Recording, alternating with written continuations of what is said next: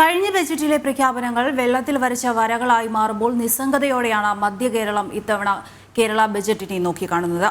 തീരദേശ മലയോര മേഖലകളും കർഷകരും ഇന്ന് തീർത്തും നിരാശരാണ്. കൊച്ചി എന്ന മെട്രോ സിറ്റിയുടെ വികസനത്തിന് കഴിഞ്ഞ ബജറ്റിൽ പ്രഖ്യാപിച്ച പദ്ധതികളും കടലാസിൽ ഒതുങ്ങുകയായിരുന്നു.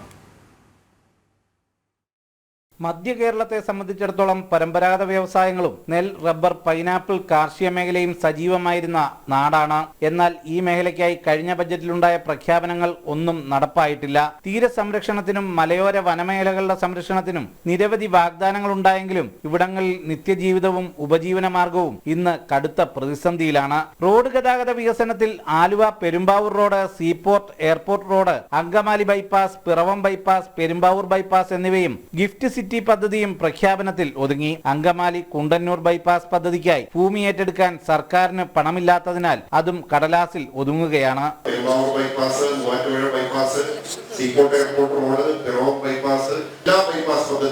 ഒരു പദ്ധതി പോലും ഇന്നുവരെ സർക്കാരിന് നിർമ്മാണം ആരംഭിക്കാൻ കഴിഞ്ഞിട്ടില്ല എന്നുള്ളതാണ് ഒരു യാഥാർത്ഥ്യം.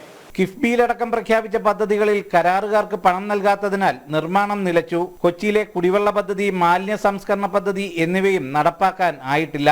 എറണാകുളം KSRTC ബസ് സ്റ്റാൻഡിന്റെ നവീകരണവും വാക്കുകളിൽ ഒതുങ്ങിയ പദ്ധതികളിൽ പെടുന്നു. കണ്ണമാലി മേഖലയിലെ ഫിഷിംഗ് മേഖലയിലെ മത്സ്യരംഗത്ത് പ്രവർത്തിക്കുന്ന ആളുകളുടെ അവരുടെ വികസനവുമായി ബന്ധപ്പെട്ടുകൊണ്ടും കേവലം എന്തെങ്കിലും നടപ്പിലാക്കി എന്ന് പറയുന്നുണ്ടെങ്കിൽ കണ്ണമാലി ചെല്ലാന മേഖലയിൽ കുറേ കടൽ ഭിത്തിയുടെ നിർമ്മാണം തുടങ്ങിയില്ല എന്ന രീതിയിൽ മാത്രം വെച്ചുകൊണ്ട് ഒരു സമ്പൂർണ്ണ ഒരു പരാജയത്തിൻ്റെ കേരളത്തിലെ ജനങ്ങളെ കണ്ണീരിലാഴ്ത്തിയ ബഡ്ജറ്റുമായിട്ടാണ് ഈ ഇടതുപക്ഷ സർക്കാരിൻ്റെ പിണറായി വിജയന്റെ സർക്കാർ മുന്നോട്ട് വന്നിട്ടുള്ളത്. കഴിഞ്ഞ ബജറ്റിലെ പ്രഖ്യാപനങ്ങളിൽ പ്രതീക്ഷ പുലർത്തിയവർ ഇത്തവണത്തെ ബജറ്റിന് കാതുകൊടുക്കാൻ പോലും മടിക്കുകയാണ്.